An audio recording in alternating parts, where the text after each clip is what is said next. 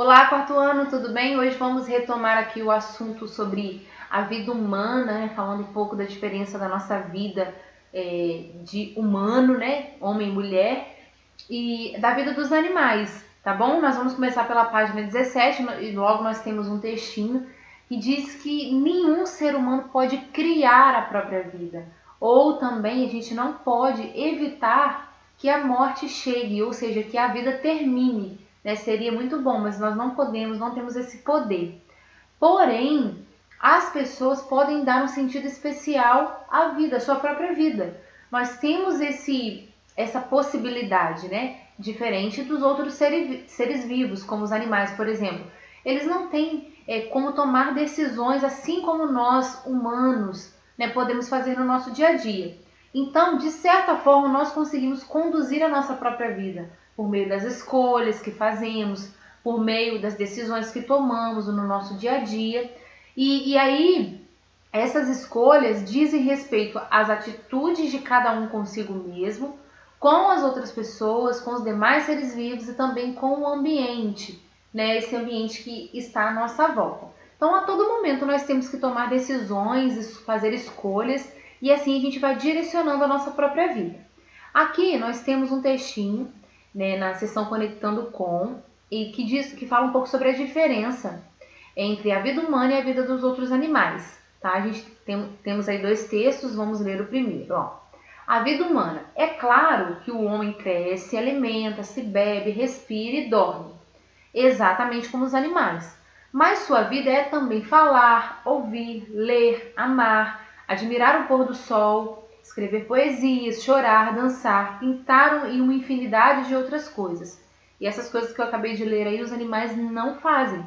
Tudo isso faz com que a nossa vida seja humana. Tá? Então perceberam? Logo aí de cara a gente já vê no primeiro texto a diferença. Muitas diferenças entre os animais e nós, homens e mulheres.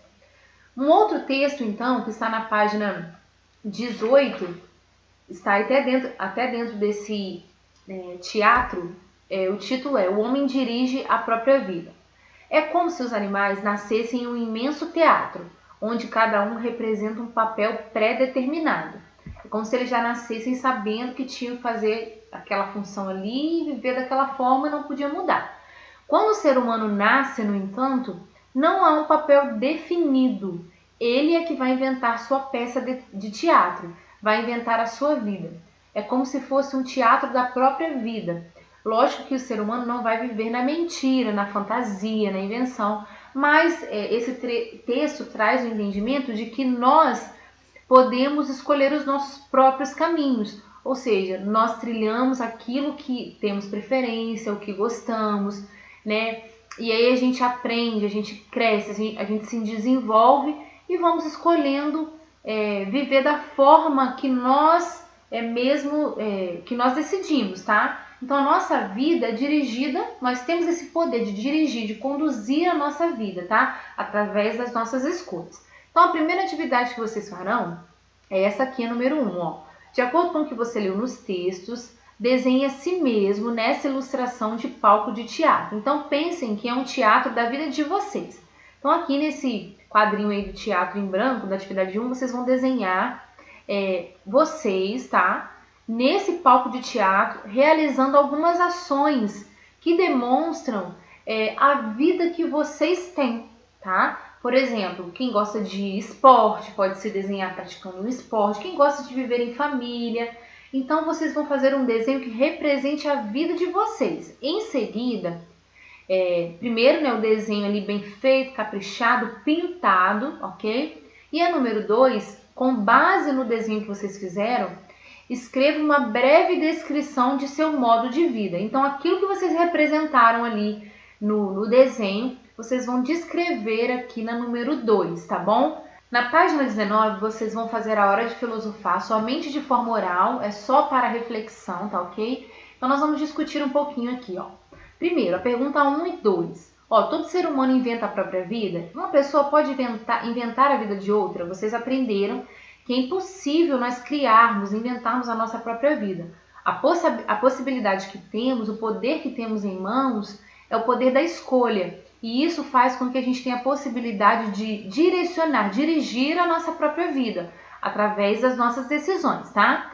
Pergunta 3 e 4. A vida de uma pessoa pode ser considerada desumana? O que faz a vida de alguém ser considerada uma vida humana? Lá no textinho da página 17, mostra alguns itens, né? Por exemplo, ó, sua vida é também falar, ouvir, ler, amar, admirar o pôr do sol, escrever poesia, chorar, dançar. Então, tudo isso torna a vida de uma pessoa humana, porque essa pessoa tem possibilidade, tem dignidade, ela pode viver livre, ela pode ter as suas próprias escolhas, colocar uma roupa que ela tem preferência, trabalhar naquilo que ela deseja, se formar, né, numa profissão que ela queira. Então, todas essas coisas, todas essas capacidades também que nós temos de falar, de ouvir, de andar, de brincar, isso torna a nossa vida humana. Mas, por outro lado, se nós não tivéssemos isso, nós poderíamos considerar que a nossa vida não seria tão humana assim. Nós também podemos dizer aqui sobre a vida desumana, quando a pessoa não tem as condições ideais para se viver.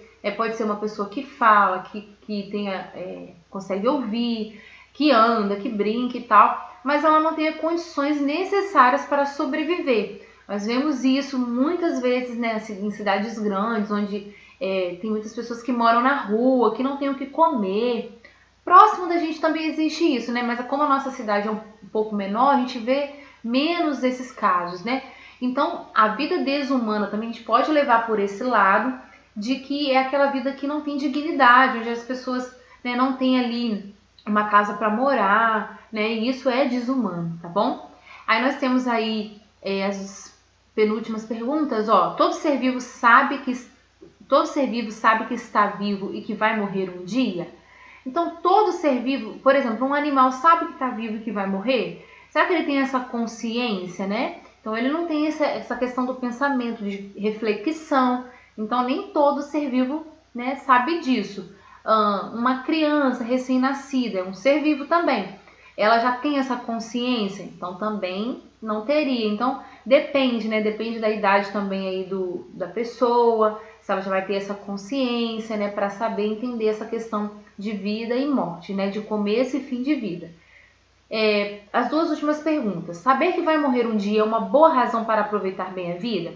O que uma pessoa deve fazer para aproveitar bem a vida?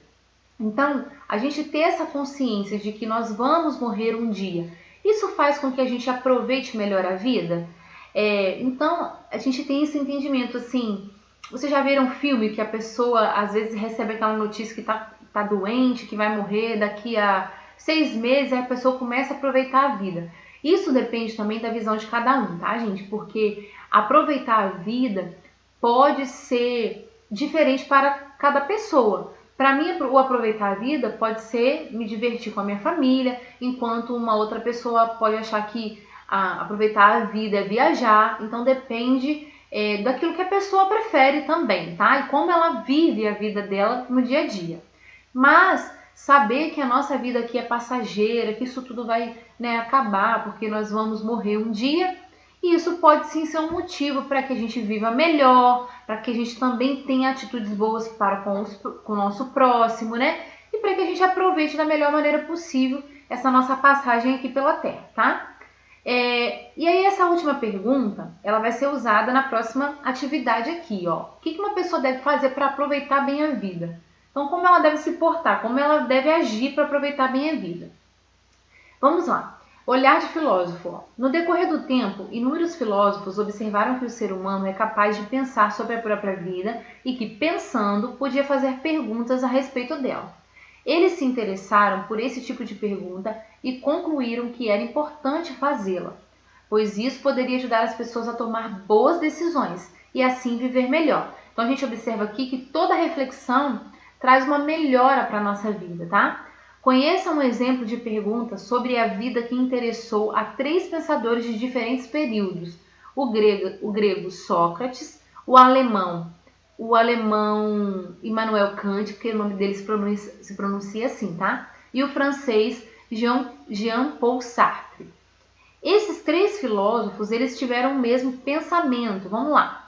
Sócrates, ele pensou há cerca de 2.500 anos. O Immanuel Kant há cerca de 300 anos. E o Jean-Paul Sartre há cerca de 50 anos. Perceberam? Em épocas diferentes, mas o mesmo pensamento. Ó, eles pensavam: que atitudes são importantes para viver bem? Então, o que era preciso? Qual ação que o ser humano devia ter para viver bem? Vocês agora vão pensar sobre isso, tá? O que você acha, então, que uma pessoa precisa fazer para ter uma boa vida? O que vocês vão fazer, então, nessa atividade? Na número 2 aqui, vão registrar no caderno. Lembrando, quem não estiver com o caderno, pode registrar numa folha à parte, tá? Depois a gente pode, quando retornar à escola, vocês podem colar. E aí nós temos aqui a pergunta 2, tá? A pergunta 2 vocês vão fazer um registro por escrito.